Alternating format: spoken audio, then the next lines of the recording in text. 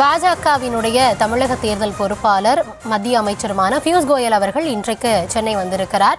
அதிமுகவினுடைய தலைமையோடு இன்றைய தினம் அந்த தொகுதி பங்கீடு தொடர்பாக பேச்சுவார்த்தை நடத்தப்படும் அப்படின்னு கூறப்படுகிறது. இந்த தருணத்தில் பல கேள்விகளும் எழுந்திருக்கிறது, தொடர்ந்து பார்த்து கொண்டு இருக்கிறோம். இந்த தருணத்தில் பத்திரிகையாளர் திரு பிரியன் அவர்கள் நம்முடைய இணைந்திருக்கிறார். சார் வணக்கம். இதற்கு முன்னாடி பைஜெயின் பாண்டாவும் நியமனம் செய்யப்பட்டாரு, ஆனா அதற்கு பிறகு தற்பொழுது பியூஷ் கோயல் நியமிக்கப்பட்டிருக்கிறார். அந்த அதிமுக பியூஷ் கோயல் இது தொகுதி பங்கீடு இவர் வந்தாலே சுமூகமாக முடிவடையும் அப்படின்ற ஒரு பேச்சு முன்னாடி இருந்தே சொல்லப்பட்டது. பாஜக அதிக தொகுதிகள் கேட்கணும்னு நினைக்கிறப்போ அது பாஜகவுக்கு கிடைக்குமா, இல்ல அதிமுக என்ன நிலைப்பாட்டில் இருக்காங்க, இன்றைக்கு ஏதாவது ஒரு அறிவிப்பை நம்ம எதிர்பார்க்கலாமா? இல்ல, அதாவது நீங்க சொல்ற மாதிரி இந்த பாண்டா என்பவரை முதல்ல ஏற்கனவே மேலிட பார்வையாளரை போட்டிருந்தாங்க. அவருக்கு முன்னாடி இருந்த சவால்கள் ரொம்ப அதிகமா இருந்ததுனால அவர் அதை சமாளிக்கக்கூடிய அந்த அவருடைய திறமை என்பது ஒரு சந்தேகத்துக்குள்ளே ஒரு விஷயமா இருந்ததுனால பியூஷ் கோயல் போன்ற அனுபவம் உள்ளவர்கள் பாஜக களத்துல இறக்கி விட்டுருக்காங்க. பியூஷ் கோயல் ஏற்கனவே 2019 தமிழ்நாட்டில் அதிமுகவோட கூட்டணி அமைச்சிருக்காரு. அந்த அனுபவம் அவருக்கு இருக்கு.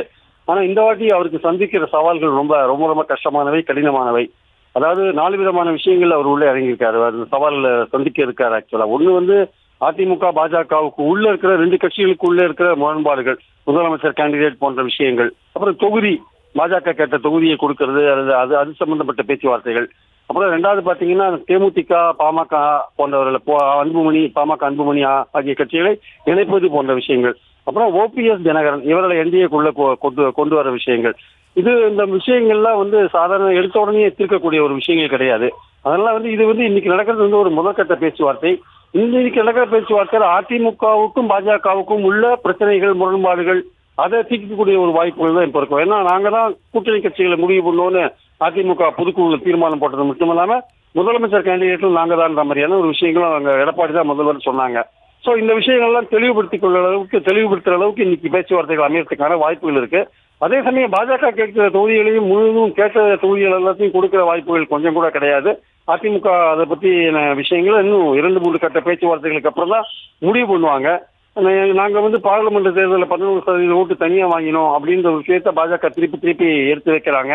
ஆனால் அந்த 11% ஓட்டோ அந்த ஓட்டுகள் எப்படி வாங்கினாங்க, அதுல அவங்க அதிமுக சொல்கிற வாதம் என்னவென்றால் பாஜகவுக்கு ஒரு 4% ஓட்டு தான் தமிழ்நாட்டில் இருக்கு, ஒரு 6-7% ஓட்டு ஏற்கனவே ஜெயலலிதா காலத்துல அதிமுக தலைமையில ஜெயலலிதா இருந்தபோது இருந்த சாஃப்ட் இந்துத்துவ ஓட்டுகள் இப்போ பாஜகவுக்கு ஷிஃப்ட் ஆயிருக்கு, அதுதான் 11% ஓட்டு அவங்க வாங்கினாங்க, அதனால அந்த ஓட்டும் அதிமுக ஓட்டு தான். ஸோ அதை கணக்கில் வைத்துக் கொண்டு இடங்களை கேட்கக்கூடாது என்று அதிமுக சொல்கிறது. ஸோ இந்த பேச்சுவார்த்தைகள் தொகுதி சம்பந்தப்பட்ட பேச்சுவார்த்தைகள் ஒரு இழுபறியாகக்கூடிய நிலைமை இருக்கு. அது இன்னைக்கு முடியறதுக்கான வாய்ப்புகள் இல்லை. ஸோ இது ஒரு துவக்க கட்டம் தான். பல சவால்கள் பியூஷ் கோயலுக்கு காத்துட்டு இருக்கு. சார், இந்த பல சவால்கள் இருக்கு அப்படின்னாலும் கூட அதிமுக தலைமைக்கு இதுல என்னென்ன சவால் இருக்கும் அப்படின்றப்ப தொடர்ந்து அவங்க சொல்றது தேசிய ஜனநாயக கூட்டணி ஆட்சி. இது கூட்டணி ஆட்சியா இல்ல தேசிய ஜனநாயக கூட்டணியினுடைய ஆட்சியா, இது தொடர்ந்து விவாதத்திற்கு உள்ளாயிட்டே இருக்கு இல்லையா? அது தொடர்பாகவும் இதுல பேசப்படுவதற்கான வாய்ப்பு இருக்கா? அதாவது கேபினெட்ல இடம் கேட்கறதோ அந்த மாதிரியும் நடப்பதற்கு வாய்ப்பு இருக்கா? கண்டிப்பா அது சம்பந்தமா பேசுறதுக்கான வாய்ப்புகள் நிறையவே இருக்கு. ஏன்னா பீகார் எலெக்ஷன்ஸ் முடிஞ்ச பிறகு அமித்ஷா அவர்கள் குஜராத் ஒரு கூட்டத்தில் பேசும்போது என்ன சொன்னார்னா, இனிமே வெஸ்ட் பெங்கால்லையும் தமிழ்நாட்டிலையும் தேமுதிக என்டிஏவோட கூட்டணி ஆட்சி தான் சொன்னார். தேசிய ஜனநாயக முன்னணியின் கூட்டணி ஆட்சியினர், கூட்டணி கமா ஆட்சின்னு சொல்லல, கூட்டணி ஆட்சியினர். அப்போ ஆட்சியில் அதிகாரத்தில் பங்கு இருந்தாலும் கூட்டணி ஆட்சின்னு சொல்ல முடியும். ஸோ அந்த விஷயங்கள் ஒரு அதிமுக தரப்புல ஒரு உறுத்தலாவே இருக்கு. பாஜக அதிமுகவை எப்படி பாக்குறாங்கன்னா, இந்த அதிமுக தினகரனும் ஓபிஎஸ் இந்த கூட்டணிக்குள்ள வரலைன்னா அதிமுக தெற்குலயும் டெல்டா மாவட்டங்கள்லயும் ரொம்ப மோசமான ஒரு சூழலை சந்திக்கும் அப்படின்னு தான் பாஜக நினைக்கிறாங்க. அதனால அவர்களை உள்ள கொண்டு வந்தாதான் அதிமுகவுக்குரிய முழு பலம் கிடைக்கும்ன்ற விஷயத்துல அவங்க நினைக்கிறாங்க. ஆனால் எடப்பாடி தரப்புல நினைக்கிறாங்க, நாங்க ஏற்கனவே பலமா தான் இருக்கோம், அதனால நாங்க பலவீனமா இருக்கோம்னு நினைச்சிட்டு நீங்க எங்ககிட்ட அதிகமான தொகுதிகள் கேட்க முடியாது அப்படின்ற ஒரு விஷயத்த எடப்பாடி தரப்புல வைக்கிறாங்க.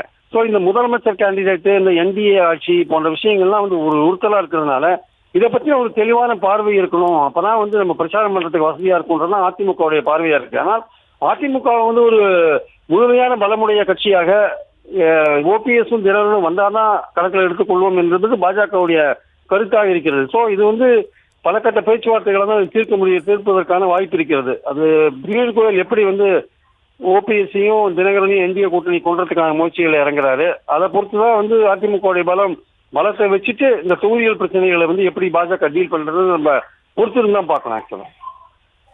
சரி, இப்போ வரைக்கும் நம்ம பார்க்கிறப்ப ஒரு முடிவு செய்யப்பட்ட கூட்டணியா திமுக அதன் தலைமையிலான அந்த கூட்டணி இருக்கு.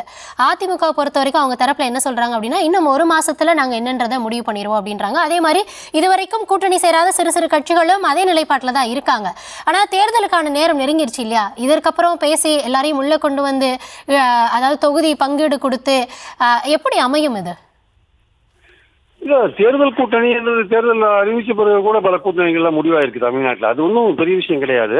பட் பாயிண்ட் என்னன்னா வந்து இந்த தேர்தல் கொஞ்சம் வித்தியாசமான தேர்தல் தமிழ்நாட்டில். ஏன்னா வந்து இதுவரையும் அதிமுக திமுக என்கிற ஒரு இருது அரசியல் நடந்து கொண்டிருந்த தமிழ்நாட்டில் இன்னைக்கு மூணாவது ஒரு ஃபோர்ஸ் வந்திருக்கு. ஃபோர்ஸ்னா வந்து ஒரு செல்வாக்கு மிக்க ஒரு நடிகர் ஒரு கட்சி ஆரம்பிச்சிருக்காரு, விஜய் ஆரம்பிச்சிருக்காரு. ஸோ அந்த விஜய் ஆரம்பிச்சிருக்கிற கட்சி வந்து பல சின்ன கட்சிகளுக்கு வந்து ஒரு ஆப்ஷனா இருக்கு. அது தேமுதிகவுக்கும் ஆப்ஷனா இருக்கு, தினகரனுக்கும் ஒரு ஆப்ஷனா இருக்கு, ஓபிஎஸ்க்கும் ஒரு ஆப்ஷனா இருக்கு, புதிய தமிழகத்துக்கு ஆப்ஷனா இருக்கு, பல கட்சிகளுக்கு ஆப்ஷனா இருக்கு, திமுக கூட்டணி இருக்கிற கட்சிகளுக்கே ஆப்ஷனா இருக்கு, காங்கிரஸ் உட்பட பல கட்சிகளுக்கு ஆப்ஷனா இருக்கு. அதனால அந்த மூணாவதா இருக்கிற அந்த கட்சியை காண்பித்துக் கொண்டு ஏற்கனவே இருதுருவ அரசியல் இருக்கிற திமுக அதிமுக கூட்டணியில் இருக்கிற கட்சிகள் அல்லது சேர விரும்பும் கட்சிகள் அதிகமான இடங்களை கேட்பது வந்து அதிகமான இடங்கள் ஆட்சியில் பங்கு போன்ற விஷயங்களை முன்னுக்கு வைக்கிறாங்க.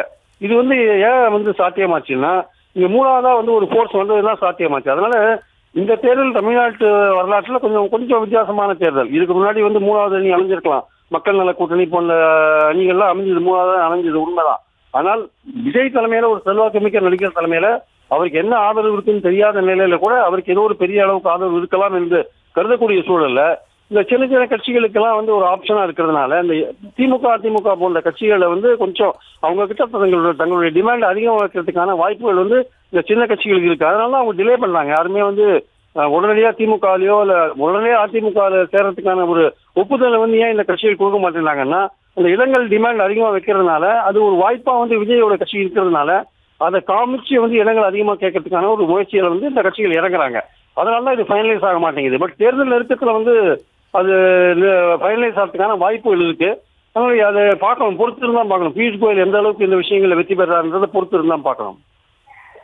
சார், ஒருபுறம் இந்த சிறு சிறு கட்சிகள் இணைகிறது அப்படின்றதெல்லாம் தாண்டி தொடர்ந்து பாஜக வந்து எத்தனை முனை போட்டியாக இருந்தால் திமுகவை தோற்கடிக்கலாம் அதை வந்து அவங்க நினைச்சு பார்க்கணும் அப்படின்றாங்க. ஒத்த கருத்து உடையவர்கள் தங்களோட சேரலாம் அப்படின்லாம் கருத்துக்களை முன்வைக்கிறாங்க. பார்க்கலாம் தாவேகா வந்து எவ்வளவு பெரிய ரோலை பிளே பண்ண இருக்குதுன்னு. இணைப்பில் வந்து உங்கள் தரப்பு பார்வையை பகிர்ந்தமைக்கு நன்றி பிரியன் சார்.